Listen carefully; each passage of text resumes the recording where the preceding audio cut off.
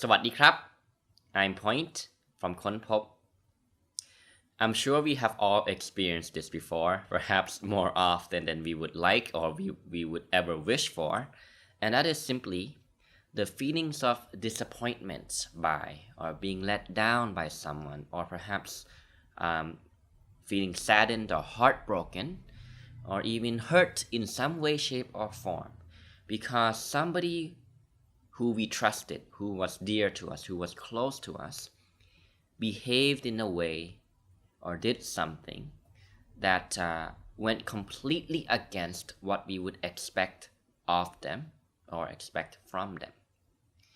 It went completely against their character, and you're struggling to make sense of it all.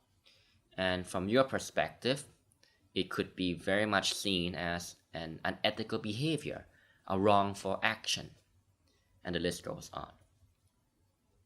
So, how do we make sense of these types of situations, and how can we look at it in a way that promotes us to walk forward with a greater capacity to understand, to forgive, to be compassionate, and to want to grow more in life rather than looking at the situation and feeling some sense of victimization by it? You see what I mean?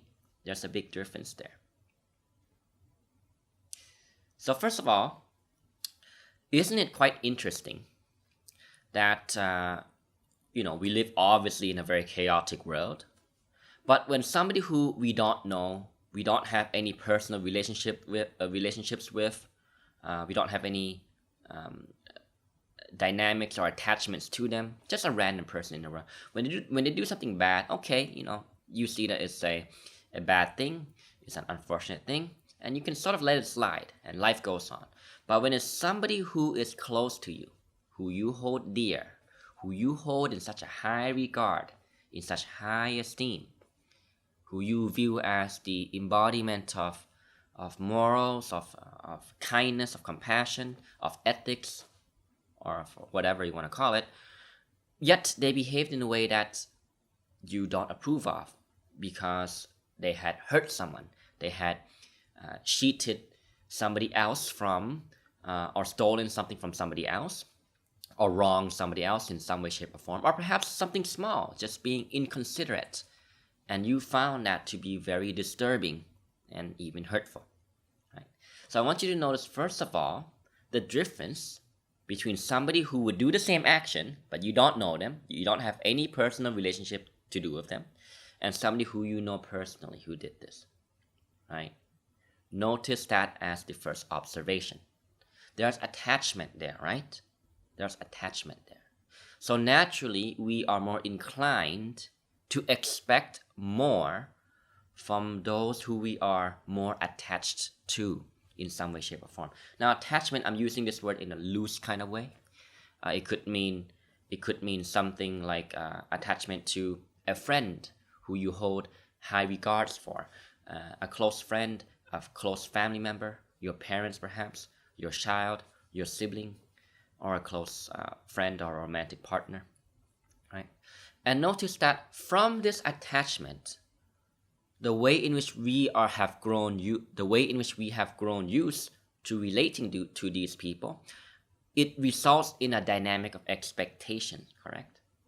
You would never expect your best friend who you regard very highly of to be negligent, to be inconsiderate, to be mean, to be hurtful, to do something which you regard as immoral.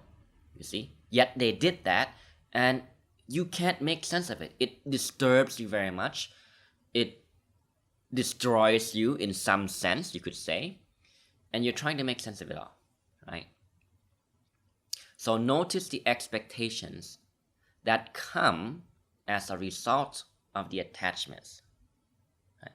Because if we were to think about it as a thought experiment, somebody else who we don't know did the same action, same behavior. Okay, we don't like it, we see it as bad, and we let it slide, we let it go, life goes on. But when it's somebody that you know, somebody that you're close to, somebody that you meet often, you deal with often, who you look at in a very positive light, doing that same action, yet you feel very disturbed. For example, it could be finding out that one of your best friends uh, committed adultery and cheated on their boyfriend or girlfriend or husband or wife, cheated on their partner, was unfaithful. And you were quite disturbed and disappointed by that. Perhaps it was finding out that your sibling did something shady in a business deal, did something manipulative in a business dealing, and you were just disappointed because you would expect more from that person. You see what I mean? So notice the attachments and expectations first. And notice perhaps why you feel disturbed by these things. Of course, you love them so much, right? And you want them to do good. You want them to be good. You want them to grow in life. And when they do something, when they make a mistake, especially a mistake that has to do with ethics or morality or what you view as good or bad, in that domain, it just is highly disturbing and you find difficulty in accepting it. So notice the attachments, the expectations, and the judgments that we have, right? Because the behavior failed to meet those expectations. Notice those judgments. Notice then why you feel so disturbed.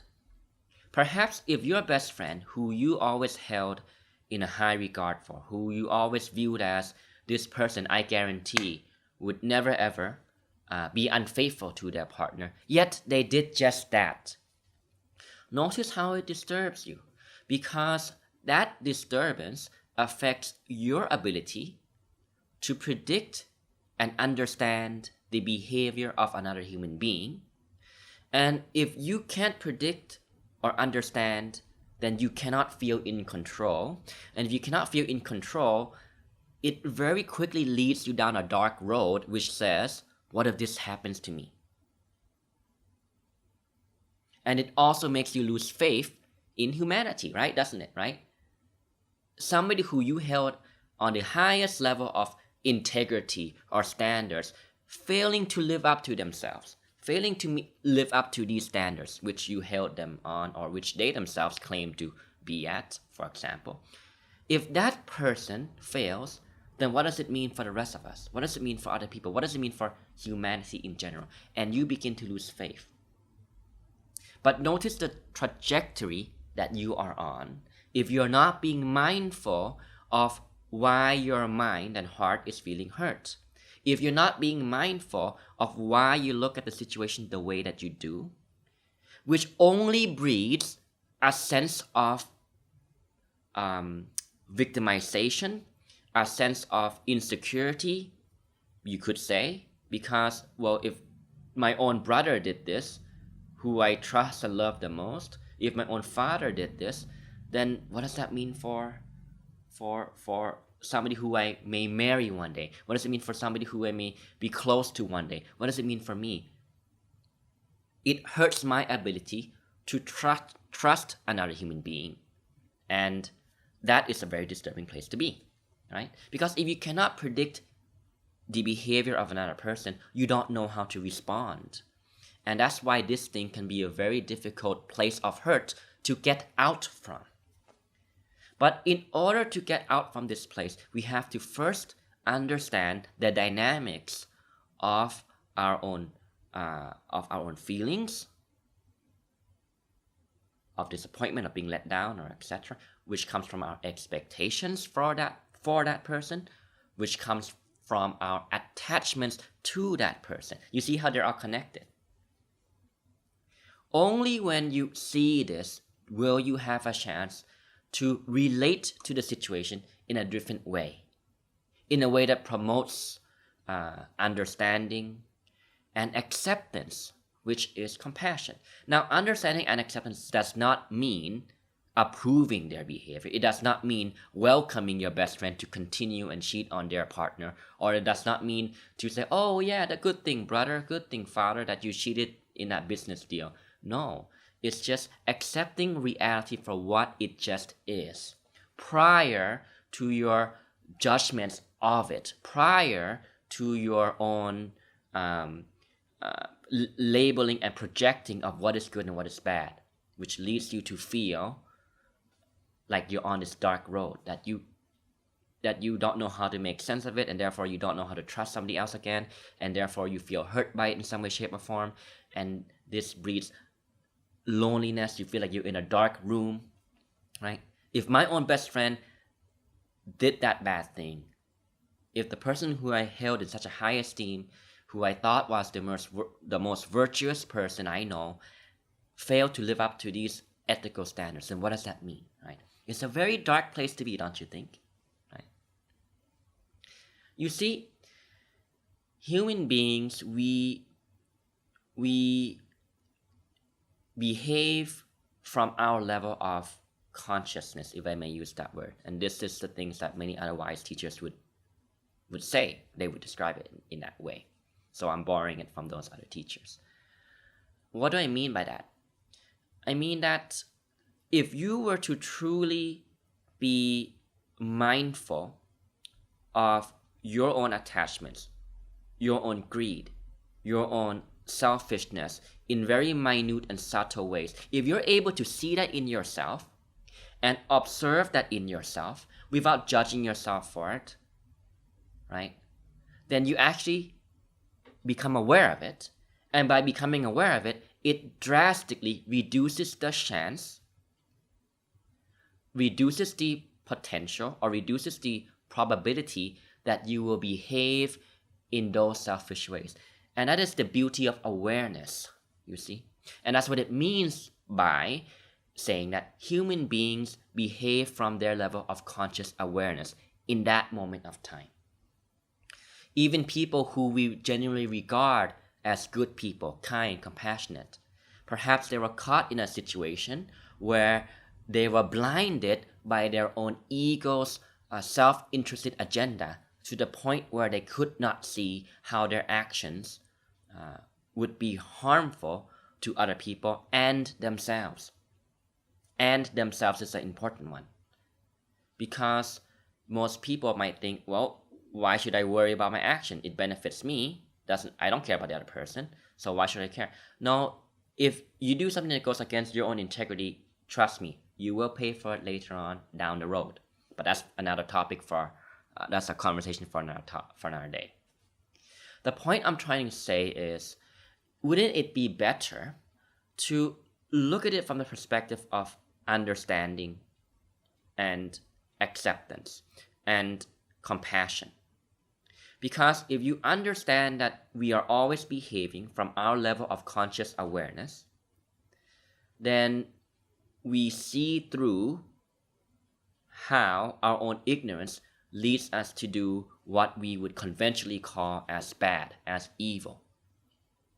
And that understanding replaces the need to judge, replaces the need to feel disappointed by their behavior, replaces the need to feel victimized by their behavior, replaces the need to feel let down by them, because we understand that they're just humans, that we're all humans on the journey or the path to grow ourselves, to become more mature mentally, to develop personally, to become more loving, compassionate.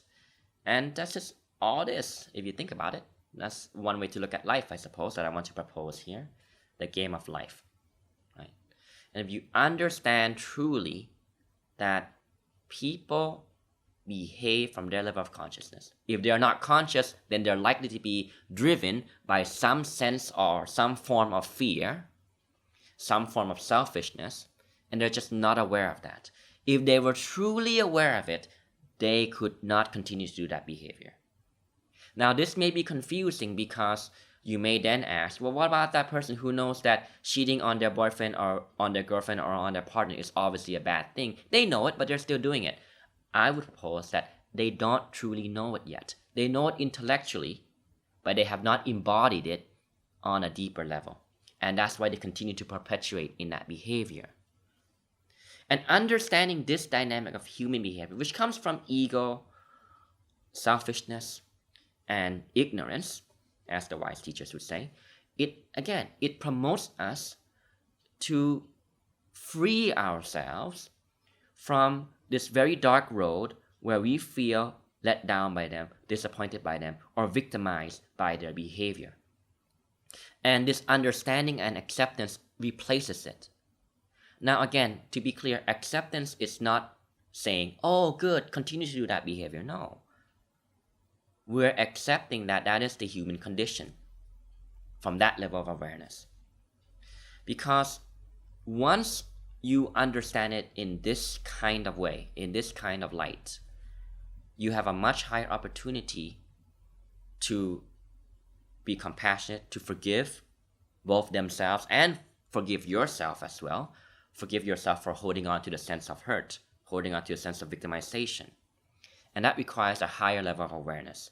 Seeing it in yourself, seeing and understanding why your feelings and your emotions are manifesting the way they are, why you feel the way you do, why you have your emotions, why you think the way you do, why you're judging, why you're saying, for example, how could my best friend do this? I feel so let down by their behavior. I expected more. You see through your own judgments in that dynamic and you let go of it. Understanding replaces that, right? And you free yourself from walking down a very dark road that if you continue down that dark road, it breeds a sense of hurt, a sense of victimization, a sense of distrust. You're not able to trust other people again, right? You lose faith in other people, and you question morality in a way where it leads you to a vicious, negative, spiraling down cycle, right? So I wanted to propose this as food for thought in today's video.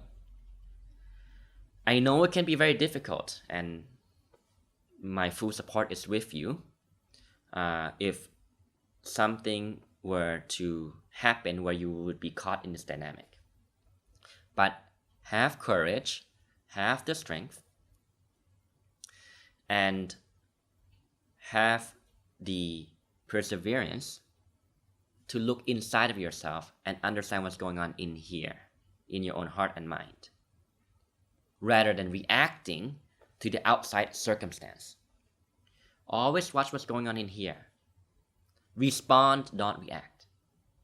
And that's where liberation and true empowerment lies. And if you're able to master yourself in that sense, you have won. You have demonstrated to other people, and you have become an example of that which you yourself want to strive towards, want to embody, want to self-actualize towards, if I may use that, say it like that, right? And one last thing I want to leave before ending the video is, if we focus outside in their selfish behavior, oh, how dare you be inconsiderate of your own family, how dare you betray your business partner, how dare you cheat on your girlfriend, your boyfriend, right? How dare you cheat me, how dare you steal from me, I trusted you, how dare you do that? If you focus on that, it will serve to make you feel like life is happening to you. If you focus on the outside circumstance, it will serve to make you feel a victim to life because life's happening to you. You notice that? If you focus on the narrative that how dare he cheat from me, how dare they cheat on their girlfriend or boyfriend, it will serve to make you feel like something outside has the power to control your experience, your state of happiness. But if you focus inside, look inside, pay attention to what your mind is doing, and watch it mindfully without judging, and understand what's going on. Just watch it. It will help you release from the narrative where you feel victimized by the situation. And if you are able to release yourself from that, you're not going to hold on to grudge. You're not going to hold on to distrust. You're not going to hold on to anger, vengeance, revenge. And that's how you evolve. So in that regard, I want to end by proposing that life is a game where life throws you situations, difficulties, and challenges to test you. Your job is to overcome that by overcoming yourself. Okay? I hope this was valuable as food for thought. Thank you very much for watching. I will see you next time. สวัสดีครับ